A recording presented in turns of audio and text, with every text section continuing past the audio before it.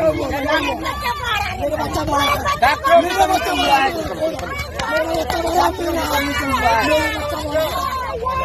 क्या हुआ है? गलती करी है, मेरा भी बच्चा था, मेरा बच्चा चला। चलिए चलिए, प्रशासन लगा हुआ है। नमस्कार, आप देख रहे हैं द रियल टॉक शो और मेरा नाम है सचिन प्रभाकर। दोस्तों, 15 नवंबर की रात 10:30 बजे झांसी के महारानी लक्ष्मीबाई मेडिकल कॉलेज के एनआईसीयू वार्ड में आग लग जाती है। आप समझते हैं कि एनआईसीयू वार्ड कौन सा वार्ड होता है? एनआईसीयू वार्ड वो वार्ड होता है जिसमें नवजात शिशुओं की भर्ती की जाती है। वो नवजात शिशु जो क्रिटिकल समस्याओं से पीड़ित होते हैं, जिनको निमोनिया होता है या फिर सांस लेने की समस्याएं होती हैं, या फिर उन छोटे बच्चों की पैदाइश के वक्त जब कोई उन्हें समस्या होती है तब उन्हें एनआईसीयू में शिफ्ट किया जाता है।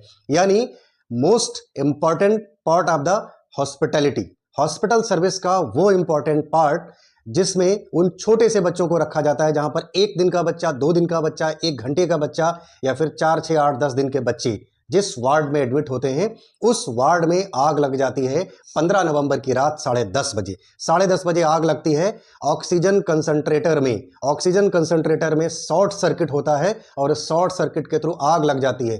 पूरे वार्ड के अंदर धुआं ही धुआं फैल जाता है सबसे पहले, उसके बाद आग लग जाती है। आनन फानन में अफरा तफरी फैलती है। उस वक्त हॉस्पिटल के अंदर ऐसा बताया जा रहा है कि कोई भी वार्ड के अंदर वार्ड बॉय या फिर मेडिकल सुरक्षा कर्मी वहां पर उपलब्ध नहीं था। सबसे पहले उस धुएं को उन बच्चों के परिजन देखते हैं, माता पिता देखते हैं। माता पिता बेसुध होकर उस वार्ड की तरफ भागते हैं और जो बच्चा उनकी हाथ में आता है, 1 बच्चा 2 बच्चा, वो भागते हैं उन बच्चों को लेकर के बाहर। उसके बाद ये घटना करीब जब 10:32 पर घटती है, 10:42 पर ऐसा बताया जा रहा है कि उस हॉस्पिटल कर्मी उस वार्ड की तरफ दौड़ करके जाते हैं और आग बुझाने की कोशिश करते हैं। सबसे दुखद और भयावह बात यह है कि उस वार्ड के अंदर जो आग बुझाने वाले यंत्र थे वो पिछले 4 सालों से खराब पड़े थे मेंटेनेंस के अभाव में। जो धुआं हटाने के यंत्र थे वो खराब पड़े थे पिछले 4 सालों से। यानी पिछले 4 सालों से वहां पर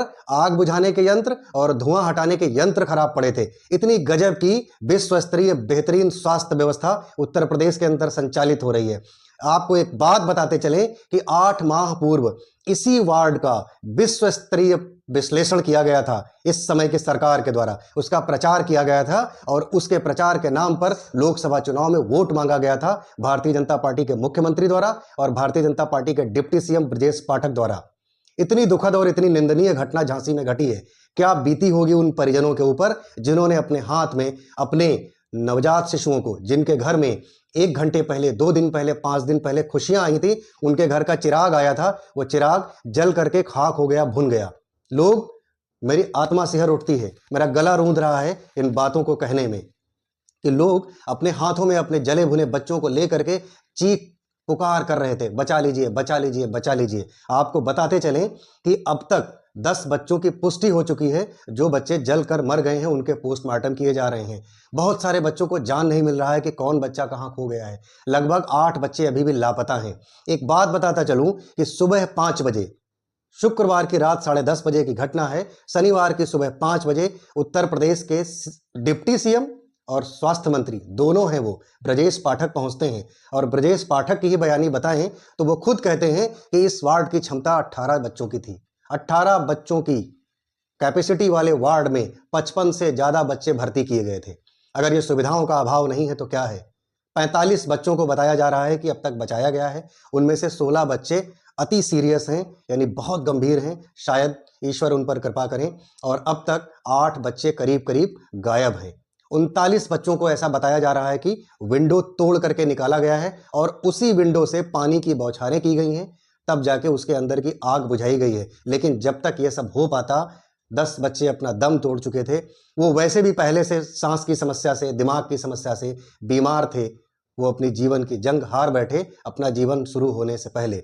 उत्तर प्रदेश तो अब राम हवाले है। राम के नाम पर वोट मांगने वाले लोग इस प्रदेश को राम के हवाले ही कर चुके हैं और जनता भी वैसे ही है। जनता को भी बटेंगे तो कटेंगे नारे सुनने से फुर्सत नहीं है और मीडिया को इन नारों को सुनाने से फुर्सत नहीं है। अब तो नहीं बटे थे, फिर भी कट गए। कटे ही नहीं, जल गए। ऐसी स्थितियां उत्तर प्रदेश के अंदर व्याप्त हैं। जिस उत्तर प्रदेश की इकोनॉमी 1 ट्रिलियन बनाने का मुख्यमंत्री जी और प्रधानमंत्री जी लगातार बड़बोलापन बोलते जा रहे हैं, जिस देश की इकोनॉमी 5 ट्रिलियन यानी दुनिया की 3rd लार्जेस्ट इकोनॉमी बनाने की बात मोदी जी करते हैं, उसी देश के अंदर उत्तर प्रदेश है और उसी उत्तर प्रदेश में झांसी है, जहां इतनी वाहियात स्वास्थ्य व्यवस्थाएं हैं कि 10 बच्चे अपना जीवन शुरू करने से पहले जिंदा जल गए। इससे जघन्य घटना और क्या हो सकती है। आपको याद दिलाते चलें कि 2017 में गैस सिलेंडर्स के अभाव में गोरखपुर के बीआरडी मेडिकल कॉलेज में बच्चों ने दम तोड़ दिया था। वहां पर तो आपको डॉक्टर कफील मिल गए थे, आपने सारा का सारा ठीकरा डॉक्टर कफील के सर पर फोड़ दिया था। यहां किसको ढूंढिएगा? अगर अपनी नाक बचानी है, अपना चेहरा बचाना है, तो यहां भी किसी डॉक्टर कफील को ढूंढिए। और क्या आप उन 10 बच्चों के माता पिता से आंख मिला पाएंगे? वो जो 10 बच्चे मरे हैं, उनके अभिभावकों के नाम अभी सामने आ रहे हैं। उसमें हर धर्म, हर जाति, हर वर्ग के बच्चे हैं, हर वर्ग के माता पिता वहां इलाज कराने गए हैं। और स्वाभाविक तौर पर सरकारी व्यवस्थाओं का लाभ लेने गरीब, असहाय, मजदूर लोग ही जाते हैं और आपकी रैलियां भी वही सुनने में आते हैं। विपक्ष भी इस पर खुलकर राजनीति कर रहा है। अब तक अखिलेश यादव की तरफ से बयान आए हैं, उन्होंने अपने बयानों में खूब घेरा है प्रदेश को, लेकिन आप भी राजनीति कर रहे हैं। आप भी 1 करोड़ मुआवजे की जो मांग कर रहे हैं, क्या उन जले भुने बच्चों की कीमत 1 करोड़ रुपए है? अच्छा होता अगर आप इस तरह की राजनीति करने के बजाय सचेत होते, चैतन्य होते और यह कहते कि अगर हम सत्ता में आए और जब हम कभी सत्ता में आएंगे तब इन व्यवस्थाओं पर बात करेंगे, तब ज्यादा अच्छा होता। इस देश की राजनीति ही कुछ इन विषयों पर आश्रित है, जाति, धर्म, संप्रदाय और मजहब की। कब तक बांटिएगा? और नहीं बांटिएगा तो भी इस तरीके से काटिएगा। अगर काटने, बांटने और एक हैं तो सेफ हैं, इस तरीके के निर्लज्ज बयानों से कभी इन नेताओं को फुर्सत मिले तो उन नेताओं को शिक्षा, स्वास्थ्य, बेरोजगारी, युवाओं की भविष्य, टेक्नोलॉजी, इंफ्रास्ट्रक्चर पर बात करने का समय आ गया है।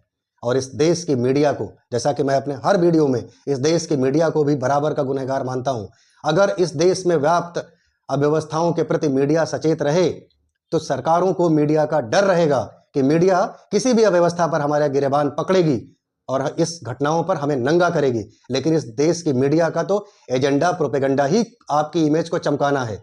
वो तो सिर्फ आपके लिए एजेंडा वाले प्रोग्राम चलाती है। कब तक चलाइएगा आप भी?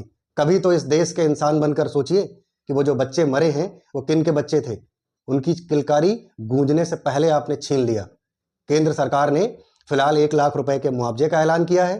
5 लाख रुपए के मुआवजे का ऐलान उत्तर प्रदेश की सरकार ने यानी योगी आदित्यनाथ की सरकार ने किया है। लेकिन क्या इन बच्चों की कीमत लगा रहे हैं आप? अगर ऐसी ही कीमत है तो यदि इस घटना में हिंदुस्तान के किसी भी नेता का, एक नेता का बच्चा मारा गया होता तो अब तक आप लोग आसमान सर पर उठा चुके होते।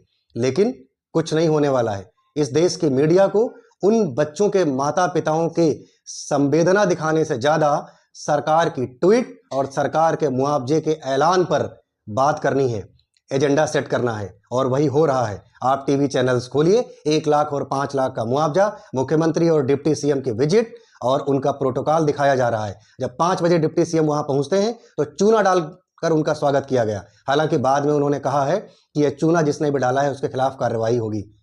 अगर आपका विभाग इतना ही सचेत हो, इतना ही संवेदनशील हो, तो वो चूना डालने से पहले सोचता कि आज वक्त है चूना डालने का। अगर चूना डालने का वक्त है तो जरूर चूना डालिए, माला पहनाने का वक्त है तो जरूर माला पहनाइए।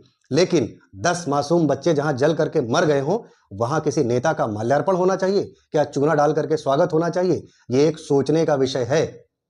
नेताओं को सोचना चाहिए, मीडिया को सोचना चाहिए और जनता को भी सोचना चाहिए। जनता भी कटेंगे बटेंगे से ऊपर उठकर सोचना शुरू करे। जनता को भी जिम्मेदारी है कि जब चुनाव के वक्त वो जाति, धर्म, संप्रदाय में बट कर बात करती है। यही तो कह रहे हैं योगी जी, आप बटेंगे तो कटेंगे, तो बटिए भाषा के नाम पर, जाति के नाम पर। जब आप वोट दीजिएगा जाति के नाम पर, धर्म के नाम पर, ऐसी ही होगी, ऐसी ही हत्याएं होंगी। और ये घटना नहीं है, ये हत्या होते देखी गई है, ये सिस्टम के द्वारा की गई हत्या है। इन हत्याओं पर किसके नाम एफआईआर होगी? सिस्टम के नाम, सरकार के नाम, या उस मेडिकल कॉलेज के प्रबंधक के नाम? किसके नाम एफआईआर होगी? आप भी सोचिए। मेरा वीडियो देखने वाले प्रत्येक व्यक्ति से मेरा आग्रह है कि वह ऐसी घटनाओं पर जाति, धर्म, संप्रदाय से ऊपर उठकर सोचना शुरू करे और एक इंसान बनकर आप सोचिए कि जिन बच्चों की लाशें उनके माँ बापों ने उठाई है, उनके ऊपर क्या बीती होगी। वो भी किसी के औलाद हैं, धन्यवाद। जय हिंद, जय भारत।